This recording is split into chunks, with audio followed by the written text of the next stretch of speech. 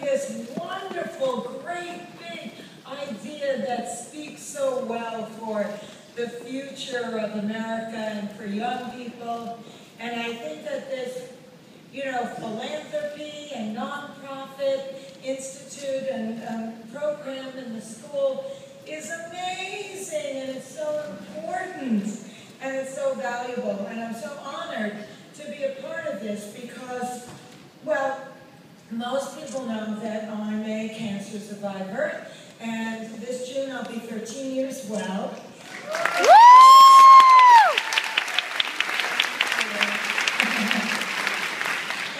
And I'll tell you, it took me 2 years and 8 doctors to get a proper diagnosis with uterine cancer. I get in the stirrups more times than Roy Rogers. And, when I finally got diagnosed, I was, at the grace of God, still in stage 1. So I decided that, I was going to write a book. So what happened to me didn't happen to other people. And so I wrote what became the New York Times bestseller, Cancer Schmancer.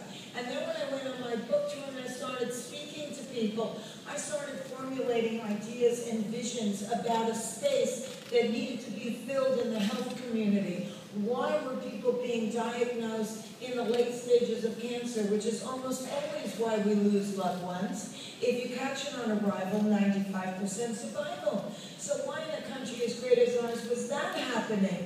And then, why isn't anybody asking the question, why are we getting cancer in the first place? Why is it so prevalent? Why does everyone know somebody that's had cancer? And why is there so much emphasis being put on finding a cure for cancer, which to me always seemed like closing the barn door after the horse escaped? Why don't we just figure out what's causing the cancer and not get cancer in the first place? How's that for a cure? So, I very quickly realized that the book was just the beginning of what has now become a life mission.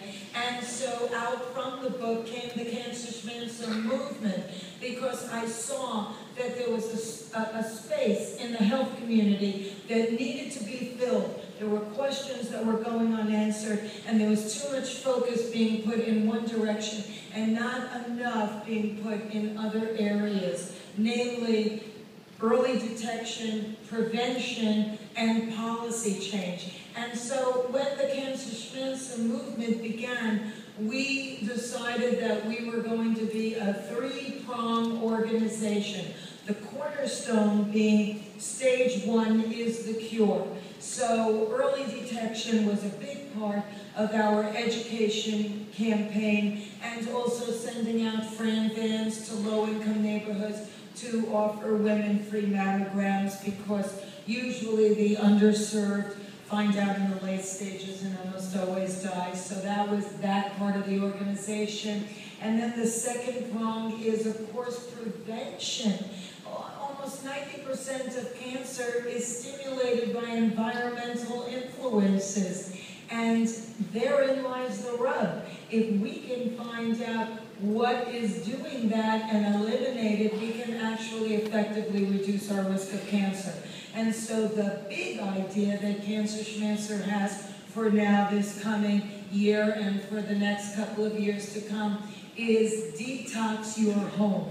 Detox your home, 3 little words, is going to be the game-changing, flip-the-switch consciousness that is equivalent to don't drink and drive, buckle up for safety. Things that Americans never thought about until there was a massive media campaign to wake us up and change the way we think. Because once you wake up and smell the coffee, it's hard to go back to sleep. So that's what we plan to do with our big prevention program, with a big celebrity and a driven athletes, highly recognizable people, to educate and get the conversation going in America that it's time to detox your home. And because I'm from television and I know how to say things in as few words as possible when I'm trying to sell an idea, I think that what we need to do is engage Americans into understanding that the most toxic place we spend the most time in is our homes. that we have the most control over. So let's start small. What are you putting in your mouth? What are you putting on your skin, the largest organ in the body? What are you cleaning and gardening with? That's it. Don't throw out the stuff you bought because you paid hard-earned money for it. But when it's time to replace it, start thinking about replacing it with something that maybe is carcinogen-free, toxic-free, a little better for the environment. And in so doing, you can effectively reduce your risk of cancer for you and your family.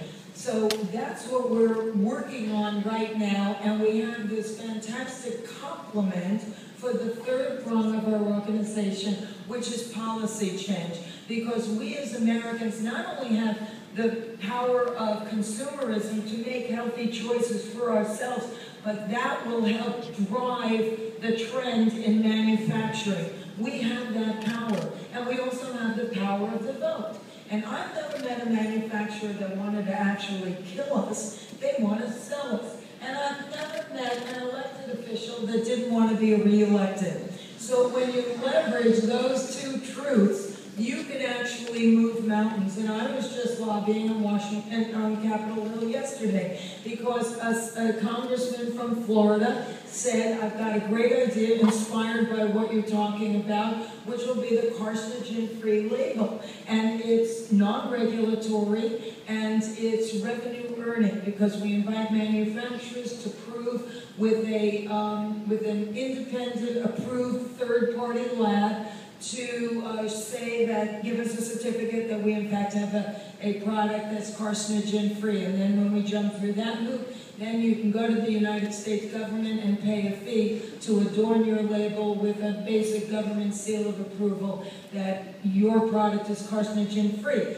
Then the consumer doesn't have to go to MIT to understand what the ingredient deck is on the pack. All they have to do is go to the market and look at the shelves and look for that carcinogen-free label and make their own choices. And if I do my job correctly, they will make the right choice and dictate the trends for the manufacturing community, who will see that this is where Americans want to go, towards a more toxic-free paradigm in this nation. And so that's what the Cancer Schmancer movement is all about. And I'm very proud to say that we have filling a space that's unique, that's special for us, which I think is important when you're doing something, to not do something that's already being done really well and very established, but to find what you need, what you feel there is a need for that isn't being answered, and then you answer it and do it with passion and elegance and courage. Because I feel like I got famous, I got cancer, and I live to talk about it, and I'm talking. And turning pain into purpose is extremely healing, and no one leaves this planet unscathed. And sometimes when something bad happens to you, it's actually an opportunity to turn it into something that's really valuable and really good and really worthwhile.